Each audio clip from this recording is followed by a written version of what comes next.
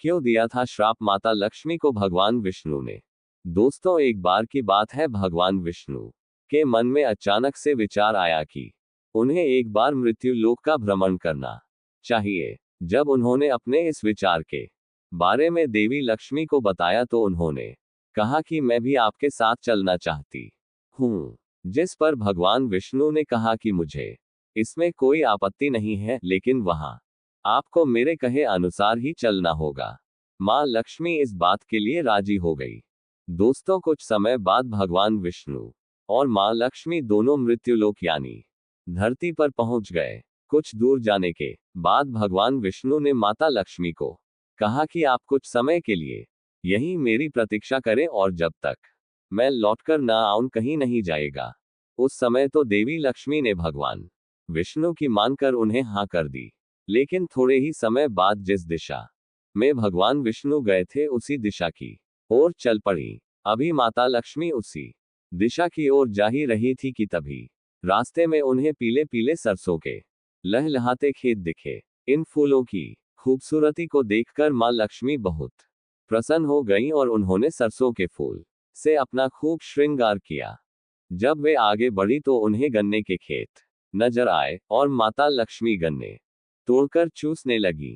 तभी वहां भगवान विष्णु आ गए। उन्होंने मां लक्ष्मी से कहा कि आपने मेरी आज्ञा का पालन न कर और किसान के खेत में चोरी करके मुझे बहुत दुख पहुंचाया है, इसलिए मैं आपको श्राप देता हूं कि आपको इस किसान के घर 12 वर्ष रुककर उसकी सेवा करनी होगी। दोस्तों, इतना कहकर भगवान विष्णु क्षीरसागर में चले गए, जिसके बाद मां लक्ष्मी 12 वर्षों तक किसान के घर रुक कर उसकी सेवा की। माता लक्ष्मी के किसान के घर में निवास करने से उसका घर धन धान्य से भर गया। 13वें वर्ष जब भगवान विष्णु माता लक्ष्मी जी को लेने आए तब किसान ने मां लक्ष्मी को विदा करने से मना कर दिया। उन्होंने किसान को समझाया कि मां लक्ष्मी कहीं भी एक जगह नहीं रुक सकती, वह चंचला है, परंतु फिर भी किसान मानने को तैयार नहीं था।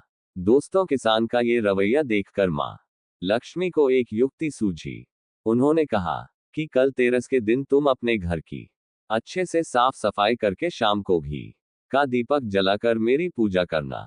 इसके साथ ही तांबे के एक कलश में सिक्के भरकर मेरे लिए रखना, मैं उसी कलश में निवास करूंगी। ऐसा करने से मैं तुम्हारे घर में फिर 1 वर्ष के लिए निवास करूंगी।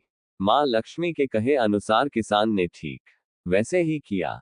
किसान के घर में धन धान्य दोबारा लौट आया, जिसके बाद वह हर वर्ष तेरस के दिन लक्ष्मी माता के बताए अनुसार पूजन करने लगा। इससे उसके घर में माता लक्ष्मी का वास हो गया।